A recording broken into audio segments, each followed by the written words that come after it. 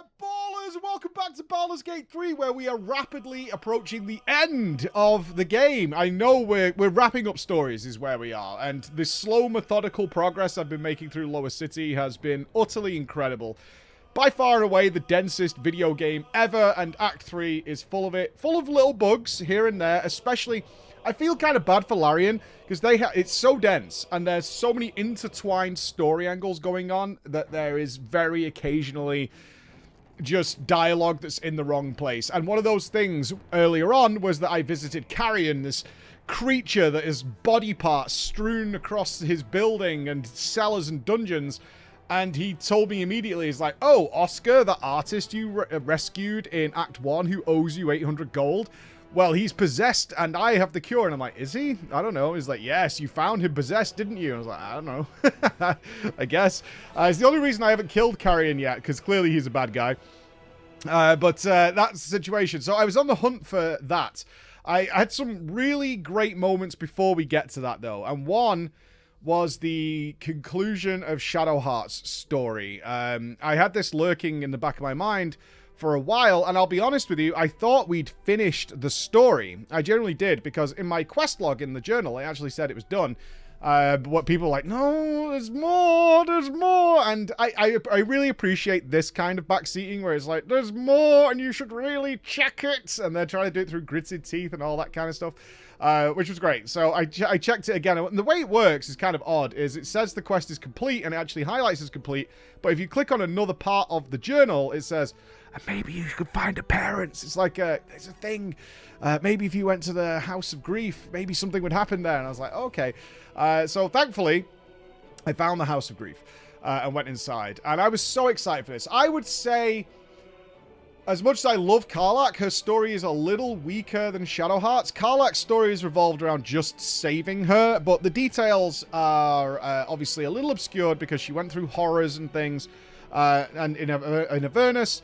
And so she doesn't really want to talk about it. You just know that she never ever wants to go back there. So Shadowheart's story is one I've been along with. Not my favorite character, like probably second or third place of characters. But overall, I'm into her story because I'm very curious. It reminds me of Heaven's Ward in Final Fantasy XIV, with how games and a lot of research goes into the fall of religion. I always find it very interesting, like how historically religion has fallen in people's eyes, and that if you've lived with faith forever, especially in it's always interesting in a fantasy setting because it's real. The gods are real, right? They're there. They're tangible, right? They communicate with you. They do these things. It's not, like in the real world where it's like tangential, or there's, a video or a statue crying and things like that. The gods actually are there. So going to the House of Grief was kind of interesting. Got to sort of like pay a donation, found a guy outside whose memory was wiped, which then led me to remind myself that as soon as we arrived in Lower City, the guards were having memory issues. And I was like, oh, it's the Absolute. Right, the Absolute and worms are messing with people's brains, but this memory loss that is happening to somebody outside the House of Grief was very reminiscent. I was like, maybe that actually ties into this story. I don't think I really got a conclusion to that. But going inside, I had to go through like confession. Essentially, confession, where Shadowheart takes over you. And I kind of wanted to roll with the theme that I've had for a while, which is that with certain characters and how they've developed, I'm kind of okay with them playing out their own story without me interfering too much. Like, if there's an option to, like, let Shadowheart make the decision, I'm kind of okay with that, especially when it comes to, like, her parents. Like, I could be, like, a complete jerk, or I cocould be, like, Mr. White Knight, and be like, we should save everybody, or you should kill them. I'm not really into that. I'm kind of curious what their resolution to their story is. And I feel that fits our role-playing of the game, is that I kind of trust my companions to make these choices, especially ones who have earned it in many ways. Asterion, I kind of wanted to see him ascend, and I felt he deserved it. Not that that worked out. Either way, going in there, met a lady, which one thing I did notice about Act 3 is that there's a lot more references to the older Baldur's Gate games, at least from what I can tell, in Act 3 than there is anywhere else in the game, which there are reveals and things that don't really land with me. As I've said this a few times, I played Baldur's Gate 1 when I was a kid. I can't remember practically anything about it. And Baldur's Gate 2, I never played and tried to play a couple of years ago, but it is very antiquated, unfortunately. Would love a remake. Anyway, met Vicky. Vicky the leader, Vicky the Shah lover, who was like, oh, she was in the other game, and I'm like, I don't know. Which very quickly led to a boss fight. One theme that we'll have for probably the ending of this game, unless something... one thing I'm recalling is Divinity Original Sin 2 made the last boss fight incredibly hard, even if you were very strong. I'm not seeing that so far with Baldur's Gate 3. I haven't... biggest complaint I'm getting from at least the live audience, and potentially YouTube as well, is the lack of usage of consumables, elixirs, weapon coatings, things like that. And there's a big reason for that. I use them if we wipe, because why would I take, say, an elixir of resistance for a certain type of spell damage if I don't know the fight's going to utilize that spell damage? It's sometimes hard to predict because I don't know whether she'll spawn undead or she'll spawn a bunch of, like, flamethrowers or whatever it might be. So if we wipe, then sure, we'll be like, okay, what do we need to counter? Which is what we did in the Balthazar fight. I haven't wiped in a very long time to the game. My characters are very strong now, and my synergy with using them is much better. So the boss fight itself was actually kind of funny. There's such a lot of enemies that I just used Karlach to just drop ice patches everywhere, so the enemies just kept slipping and sliding all over the place when they were trying to get to me, which made it kind of funny as my barb sort of tore through there. There was some scary moments for sure, but ultimately, like, prevailed over it. It was a cool boss fight, but then it led to the big moment, which is sort of the actual resolution of Shadowheart's story. I really liked this. I like when a story tells the perspective properly from a parent's point of view.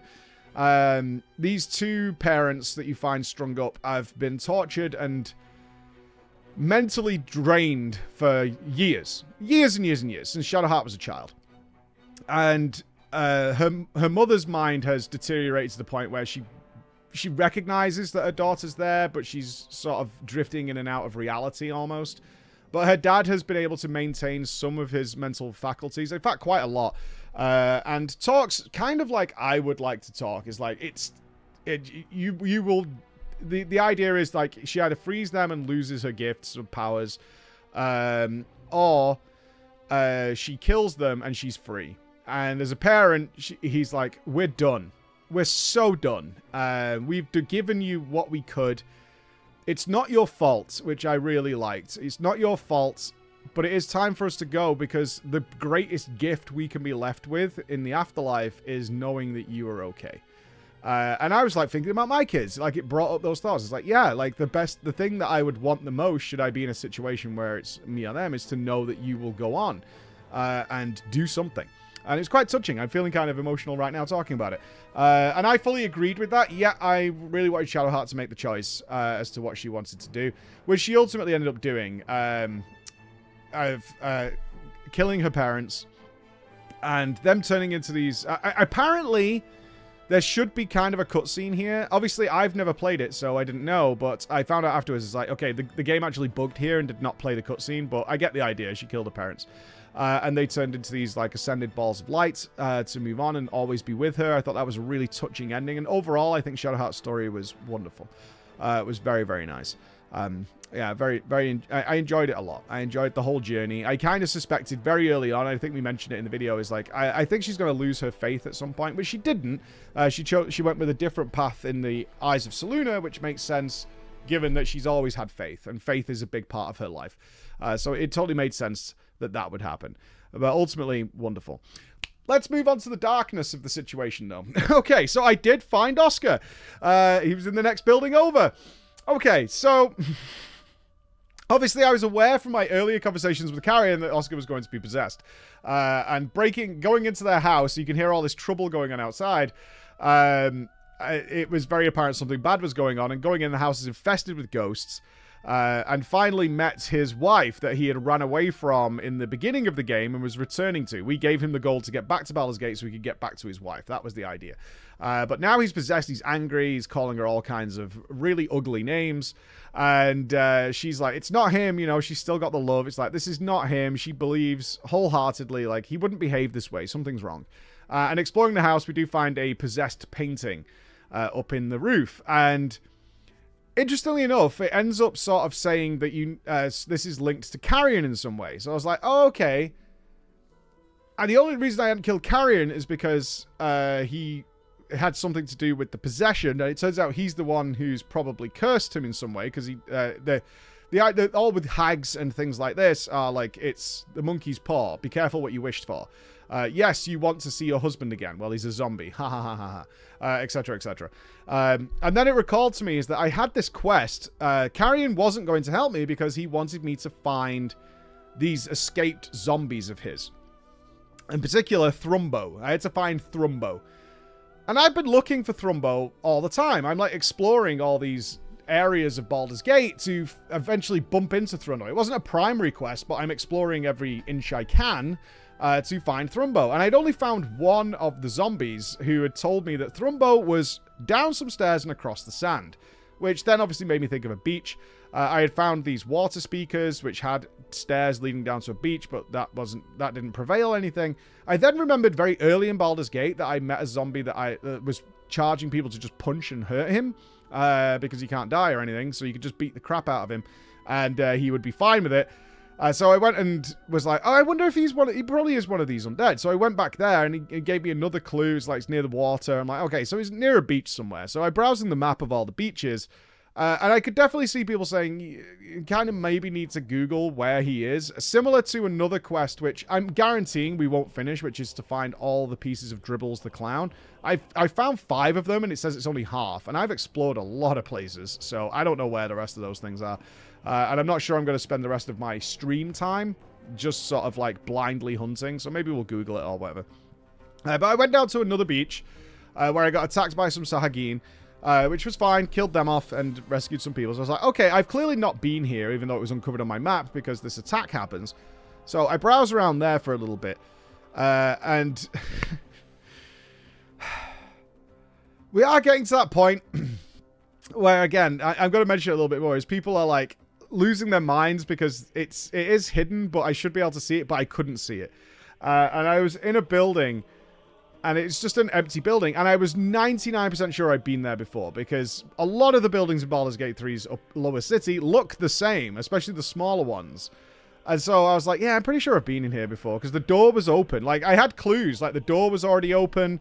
I went in. There was, like, I clicked a couple of things, and there was nothing there. And so I was like, yeah, I've checked here before and come back. I could see people just like, oh my god, please. And so I was like, okay, there's something more here, obviously. They're trying not to spoil it, but like the sheer suggestion of all these people just going, Jesus Christ, it indicates there is something there. So I was like, what is it? And I went back in, and I just was like mindlessly clicking, and I clicked the wardrobe, which I've kind of, one thing I would say is I've kind of stopped looting because I just don't need anything. I have like 50,000 gold and nobody seems to have anything to buy and of value for me. I have all the gear in the world. I'm unlikely to find a massive upgrade, like, in a wardrobe in some guy's house in Lower City. And I clicked it, and Thrumbo pops out. Now, apparently there's blood on the floor. I didn't see it for whatever reason, whether it was the shadow or just my own ignorance. But Thrumbo pops out and gives this really heartfelt story that Thrumbo just wants to live in peace. That's all he wants. Carrion has abused him. He took him down into a cellar. And I was like, oh, and because he reveals that Carrion is immortal. If we kill Carrion, Carrion will come back the next day.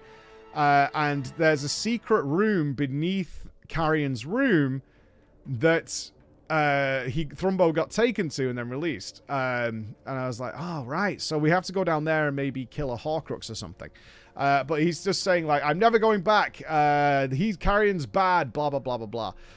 You should go and talk to... if you go back to Carrion, you have to hide my scent and all this kind of stuff. And I was like, oh, okay. But I really do want to save Oscar because I want that storyline to play out. And I don't think I can do it. This is my logic and reasoning, is that I don't think I can do it without returning with Thrumbo.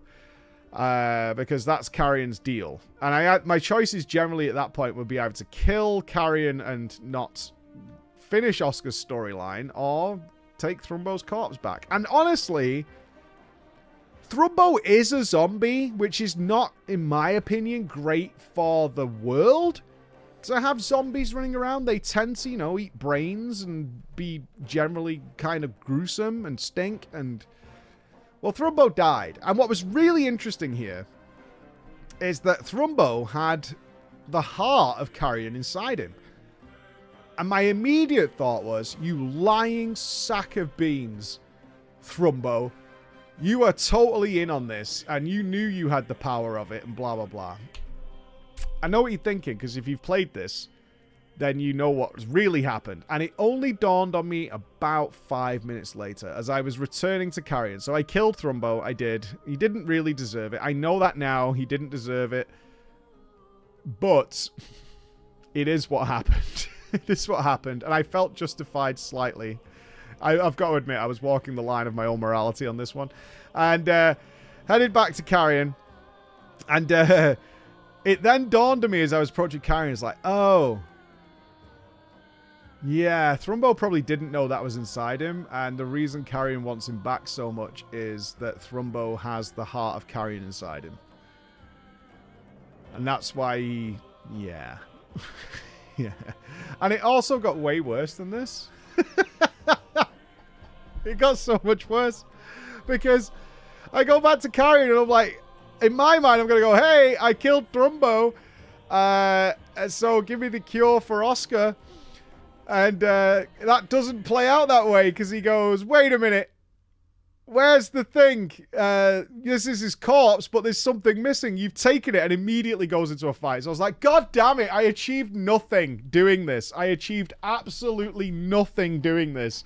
I killed Thrumbo, and now I'm killing Carrion, and I'm not getting the resolution I was after. Like, just a total disaster. Murdered Carrion. I then, of course, smashed his heart up to make sure he wouldn't come back. I got some good loot out of him. And then, thankfully, though, thankfully, it did turn out that his underground cellar had actually been in before, but there's nothing in there of value.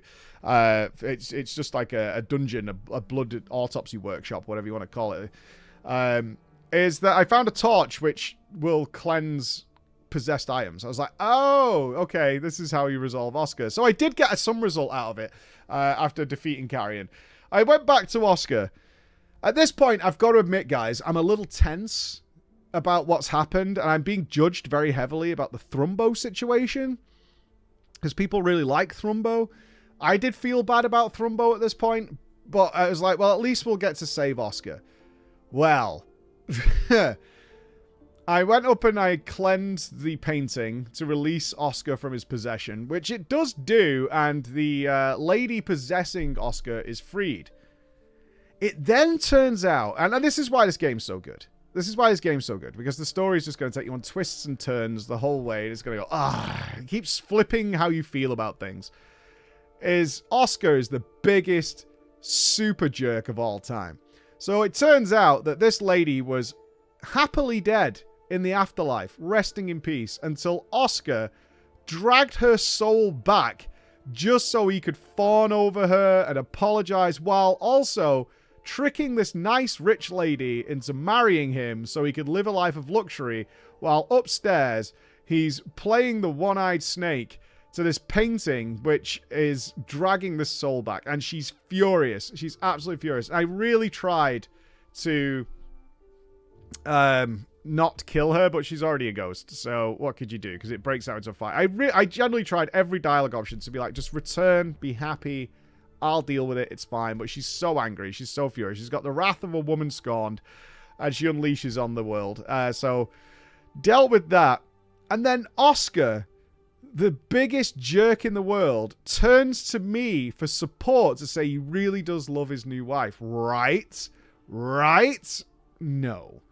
No, you don't. You're the biggest giga jerk on the planet. So I threw him under the bus, obviously. I was like, no, this marriage is a sham. She tells him to leave. And I was like, thank God, this lady has just been tormented to the ends of time while he's been doing all this stuff. But I still wanted my gold. Even though I don't need it, it's the principle of the matter. So I followed him.